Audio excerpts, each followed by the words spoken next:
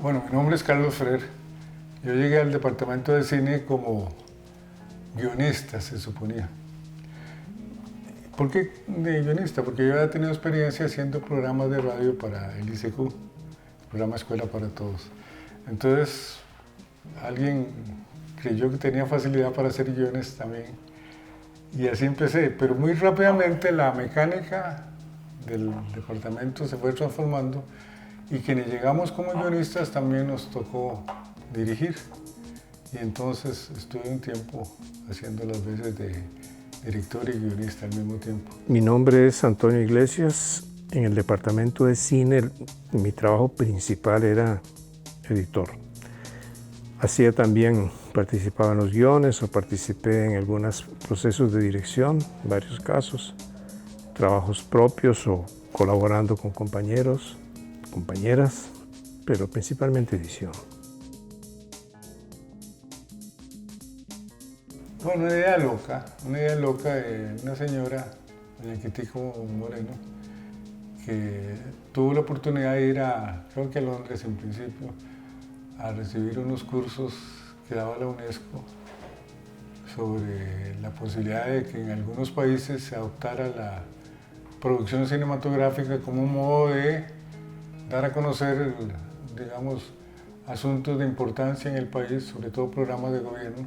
Estuvo un poco en algunos otros estudios, seminarios, y convenció a don Pepe Figueres, que era el presidente, a don Alberto Cañas, que era el ministro de Cultura, recién estaban empezando, y don Guido Sáenz, de que acogieran aquí parte de ese programa de la UNESCO, que era un programa de cinematografía. Y después nos reunieron un grupo, como decía Víctor Vega, en paz descanse, nos reunieron un grupo de atorrantes que andábamos por ahí en diversas cosas, ¿no?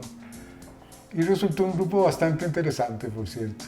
Veníamos de diferentes disciplinas, teníamos diferentes maneras de ver las cosas, pero una vez que nos unimos, pues logramos hacer un elenco bastante funcional. El departamento de cine podría decirse que fue una circunstancia muy afortunada para esa generación que estábamos deseosos de participar en procesos de comunicación desde diferentes ángulos. Afortunada porque el hecho de que Quitico Moreno en ese momento hiciera un viaje a Europa donde se planteó la posibilidad de crear un centro que divulgara no solo los problemas del país, sino también los hallazgos y las fortalezas del país. Y se pensó que en Latinoamérica, Costa Rica ocupaba un lugar muy especial por no solo la libertad que se le generaba a los productores y eventualmente a los procesos de realización, sino porque era un país que tenía una serie de características muy importantes y muy distintas a otros países. Es decir, se presagiaba que fuera un lugar donde se trabajaría con libertad y con mucho interés. Y así fue. Quitico logró engarzar, logró interesar no solo al presidente de la República, sino a ministros y personajes importantes de la Asamblea Legislativa y se aprobó. Entonces, Naciones Unidas dio el visto bueno, escogió a Costa Rica y arrancó este proyecto. Se logró en grupo, en conjunto, crear un equipo, no sé, yo diría que estupendo, de gente interesada, gente inquieta, gente honesta en su trabajo como realizadores. En ese momento todos éramos jóvenes y en ese momento también es importante como entender esto, vivíamos un proceso histórico fascinante. Teníamos que hacer previamente siempre una investigación, era el requisito sine qua non, hacer una investigación.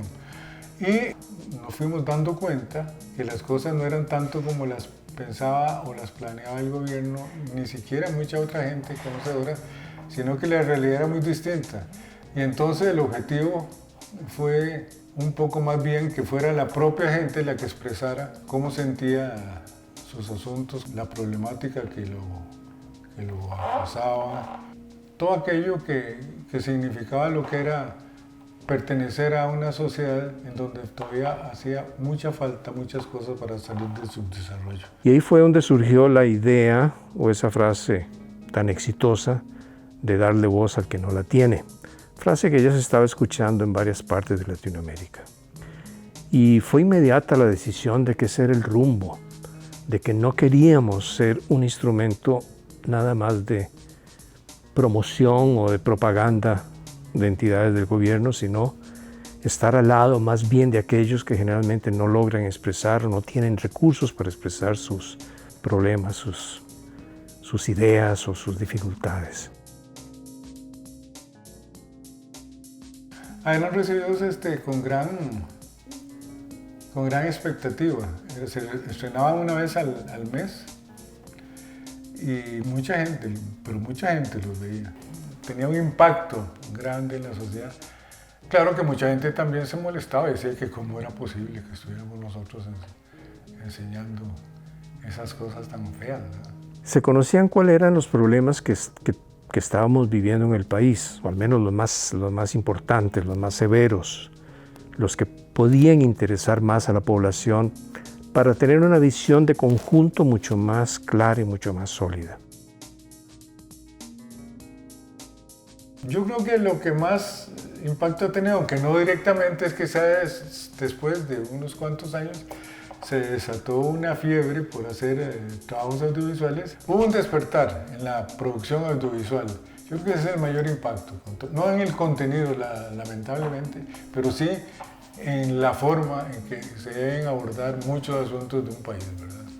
Creo que uno de los éxitos mayores del Centro de Cine en esos años fue el haber elaborado temas que interesaron a un gran sector de nuestra población. Temas que probablemente durante años no habían sido visualizados o no se había tomado conciencia de que esos problemas existían y con la gravedad en algunos casos en que se mostraban en los documentales y se podía visualizar y comprenderlos. Fue para nuestra población me atrevería a decir, una revelación, y poder observarlo y poderlo después dialogar con especialistas y escuchar criterios de gente conocedora o de la misma gente que estaba involucrada en esos temas fue muy importante.